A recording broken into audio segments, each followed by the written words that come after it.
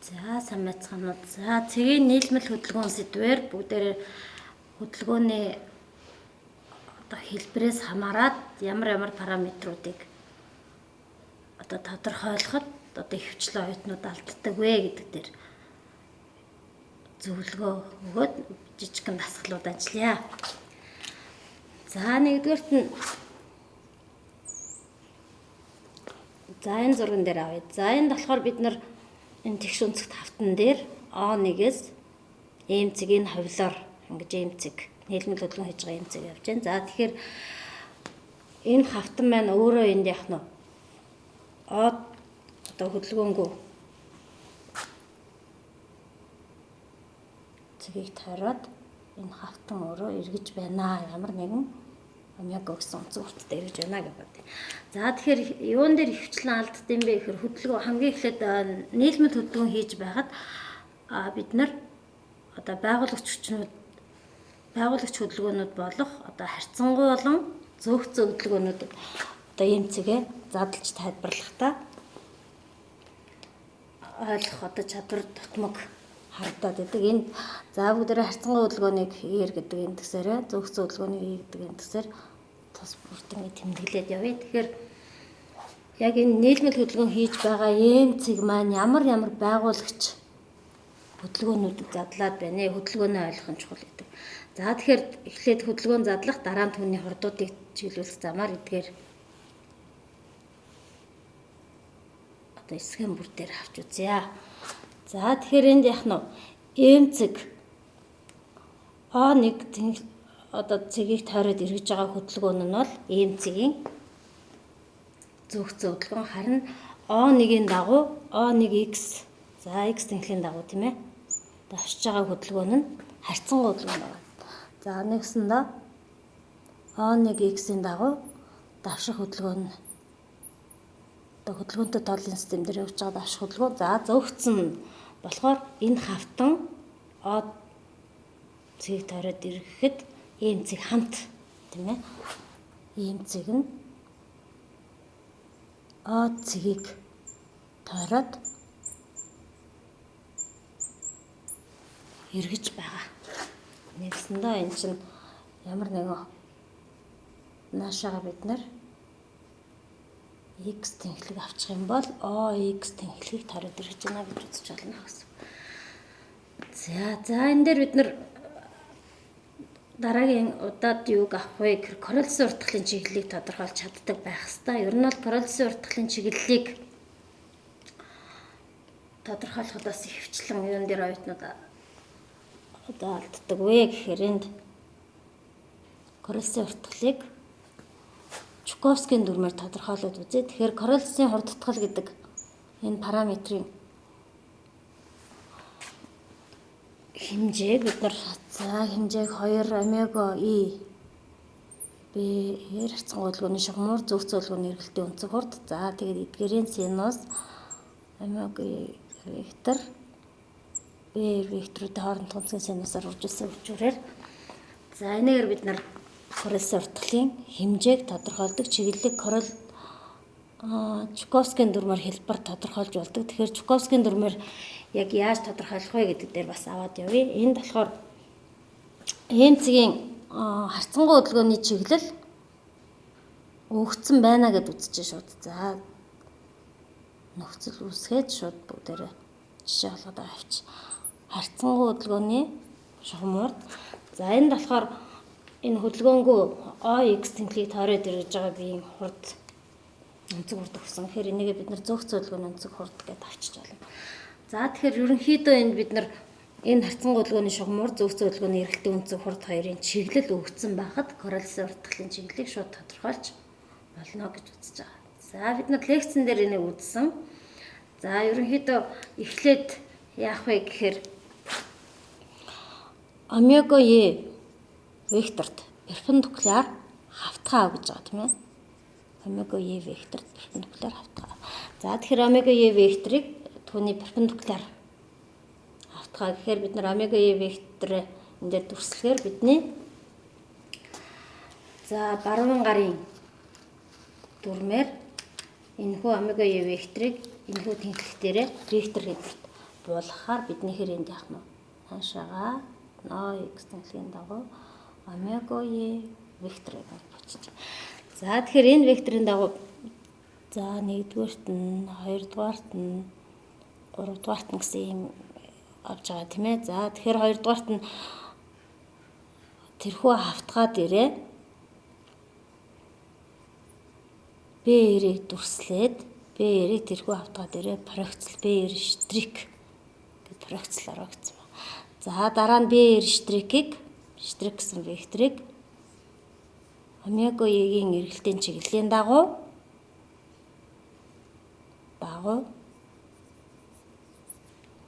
90 градусаар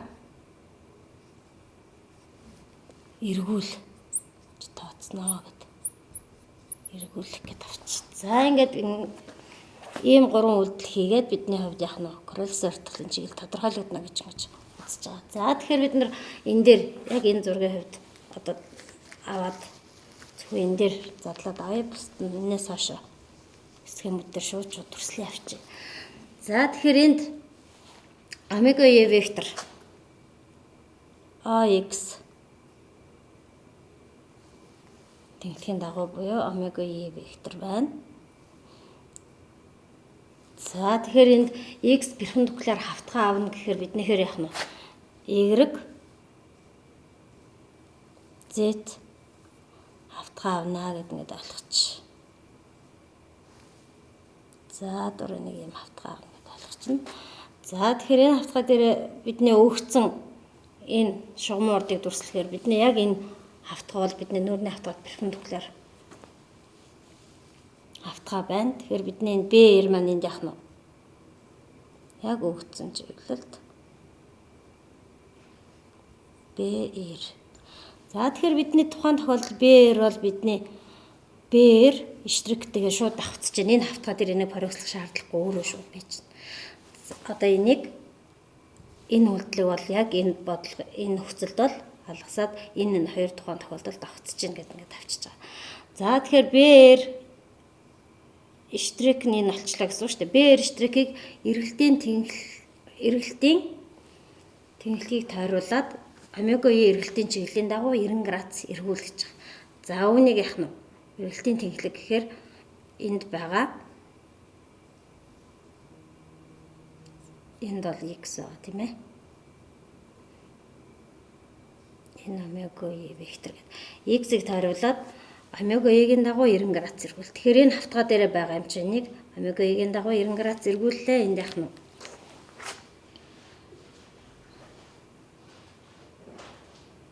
энэ чиглэлд AC гэдэг ингээ хараад байна. 90 градус эргүүллээ. Гол нь чиглэл нь юу юм бэ гэхээр зөв зөвлөгөөний эргэлтийн өнцөг хурдны чиглэлийн дагуу эргүүлсэн. Тэ? За тэгэхээр яг өгцөн загвар зурган дээр хаагачаад энд байрлуулах юм бол бидний Королевсын ортолын чиглэл бол ингэж гарч ирэх нэ гэсэн үг байна тийм ээ. За Королевсын ортолын чиглэлийг юм хөө. За энэ мэтчлэн бүгдээр яг энэ үйлдэлийг бүгдээрээ энэ өгцөн жишээн дээрээ шууд аваад чиглүүлээ зураад явъя.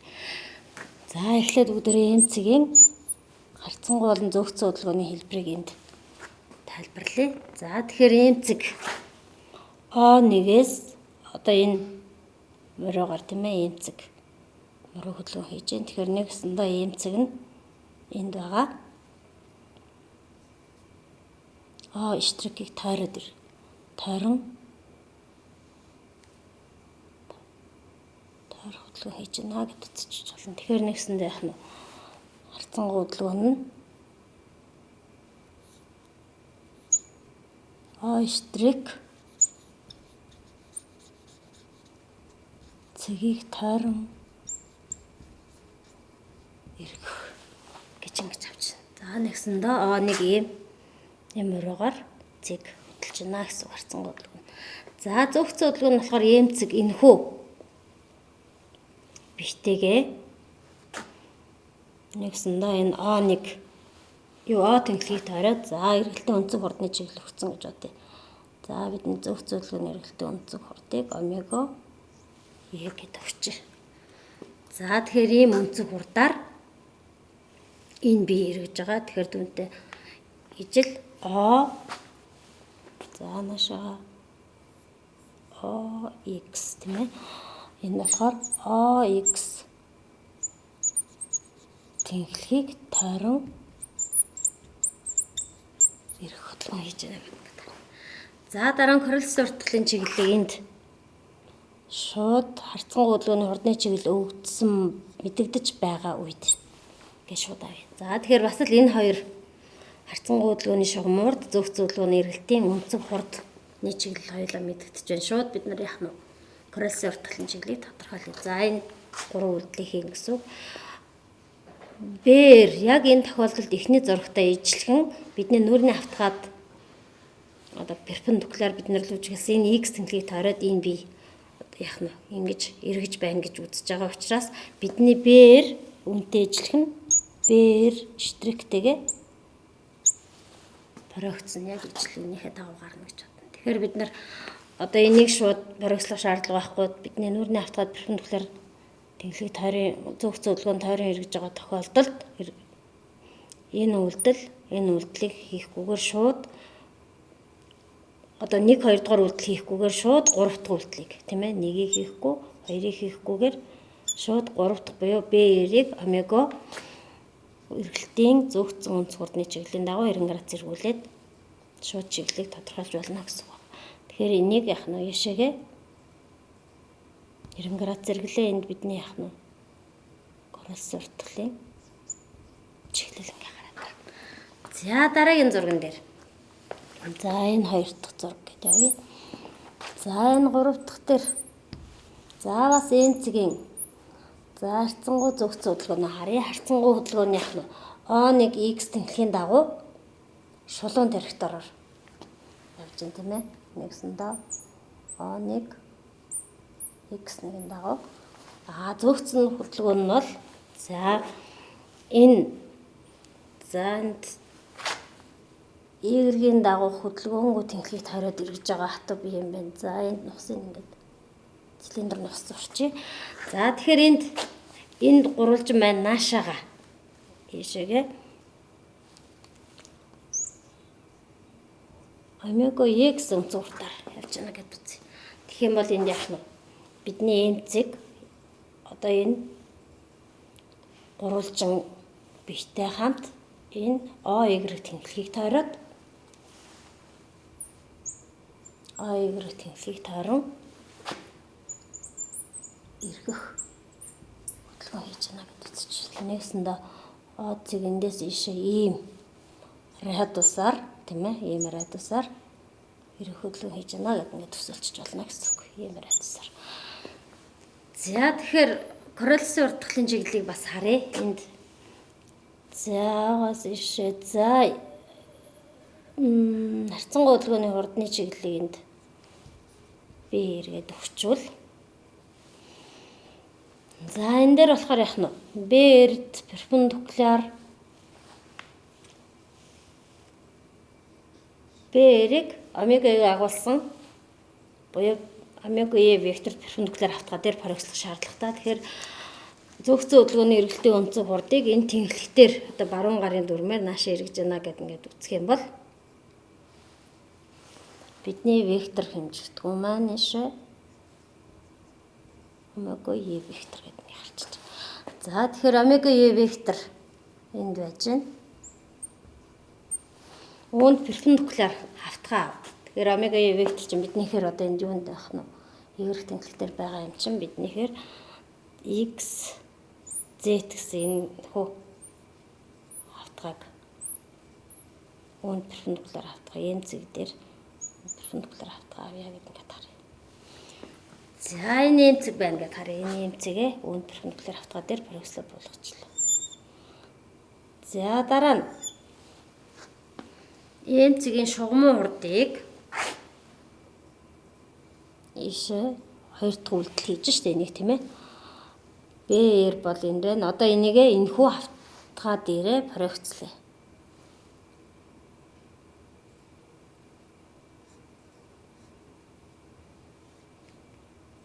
За ингээ парокслохоор бидний хэр энэ болох вэ?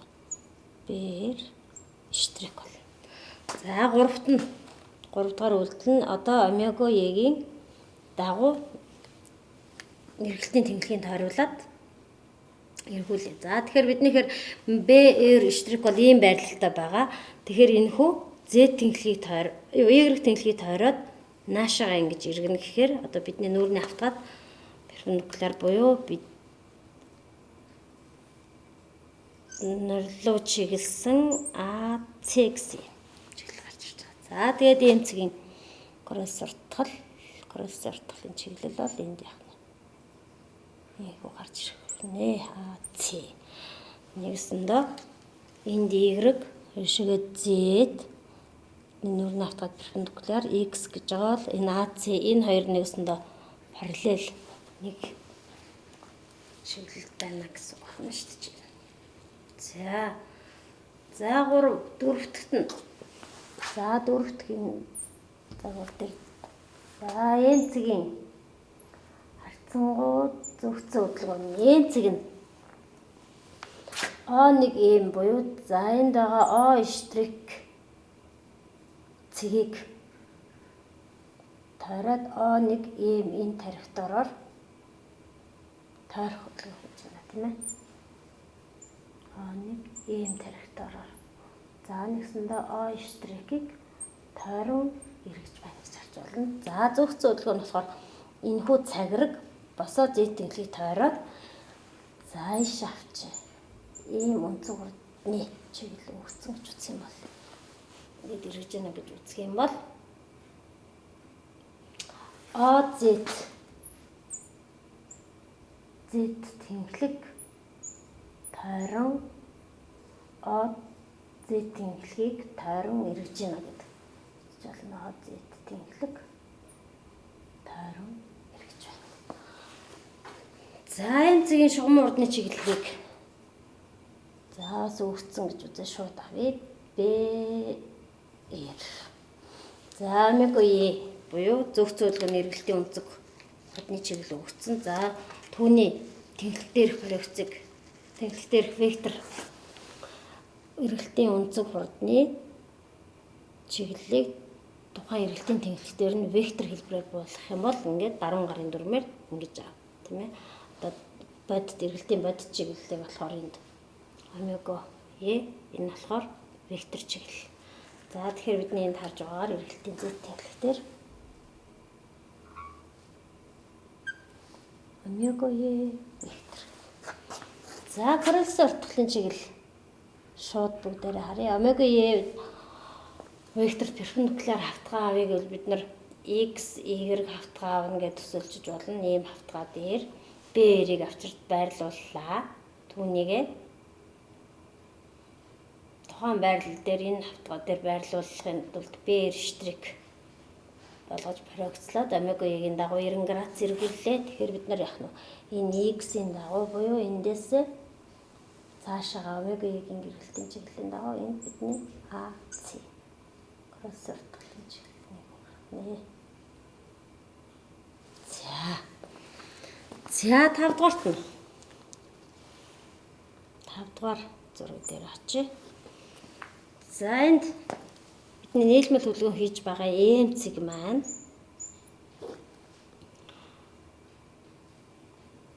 за харьцангуй хөдөлгөөн нь за энийг бүгдээр O штрик гэж O штрик энэ цэгийг тойроод эргэж байна гэж үзнэ. Энэ цэгийг тойроод эргэж байна гэж үзнэ. За нэгсэндээ O1 ийм мөрөө тарихтараар ийм цэг хөдөлж байна. За зөвхөн хөдөлгөөн нь болохоор яг нь ийм цэг энэхүү ийм тэрэгэнцэр хэлбэрийн цагираг ба шүү дээ тийм ээ. Энэ тэрэгэнцэртэй X-ийн дагуу яг нь давших хөдөлгөөн хийх нэ гэж харчих. Давших. За тэгэхээр эндээс бидний хувьд кросс уртгалын чиглэлийг яаж харах юм бэ гэхээр За Королс уртгал энд бидний энэ үндсэн томьёон дээр байгаа тийм ээ. Зөвхцэн удалгуун, харцангуй шугамын хурд. За тэгээд энэ хоёр хурдны векторуудын хооронд хүнзээ синусын үржүүрүүдээр илэрхийлэгддэг гэдээ авсан байна. За тэгэхээр энд биднийхээр яах нь зөвхцэн хөдөлгөөн нь омега n тэг байна. Нэгсэндээ юу гэсэн үг юм бэ гэхээр зөвхцэн хөдөлгөөн нь давших байна. Тийм болохоор энд яах нь бид нар зөвхцэн хөдөлгөөн давших байгаа учраас Королсын уртгал тэг байна гэж үзсэн. За нэгсэндээ энэ тэгшгэлийг хангах Королсын уртгал тэгтээ тэнцүү байх 3 нөхцөл гэж бид нар лекцэн дээр авсан байгаа. Нэгсэндээ зөвхцэн хөдөлгөөн нь за энэний хувьд яриа тийм ээ. Зөвхцэн хөдөлгөөн нь давших бол. За харцангуй хөдөлгөөний шугамын хурд тухайн эгшинд тэг бол нэгт хоёр дахь нөхцөл нь. За гурав дахь нь болохоор энэ хоёр векторуудын хооронд хүнцэг синусын ямар утгад тэг байх вэ гэхээр тэг буюу одоо синус тийм ээ. Синус тэг градустай аль эсвэл синус 180 градуст тус бүрдээ тэг байдаг шүү дээ тийм ээ. Тэгэхээр энэ хоёр векторууд хоорондоо параллел үед гэсэн үг болчихж байгаа.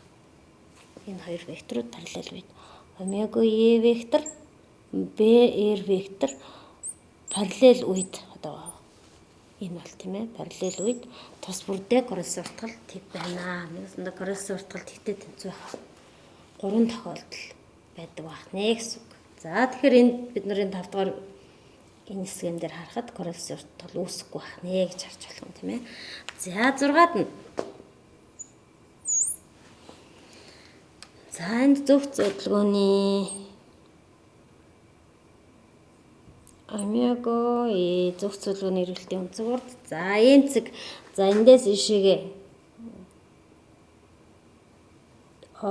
нэг ийм тарихтаараар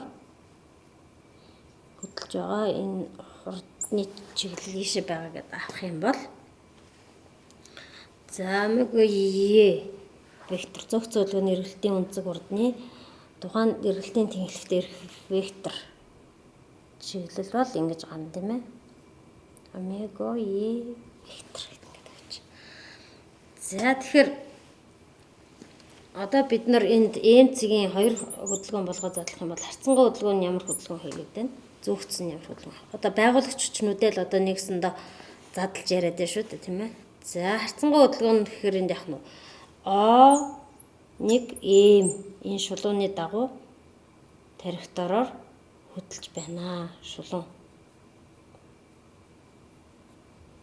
тарихтаараар хөдөлж байгаа эмцэг тийм ээ. За гэтэл зөвхцэн хөдөлгөөний эмцэг энэ тэгш өнцөгт хавтантайгаа хамт энэхүү z-ийн хэлхийг тойроод нэгсэндээ o' эмцгийн хувьд бол o'-ийг тойроод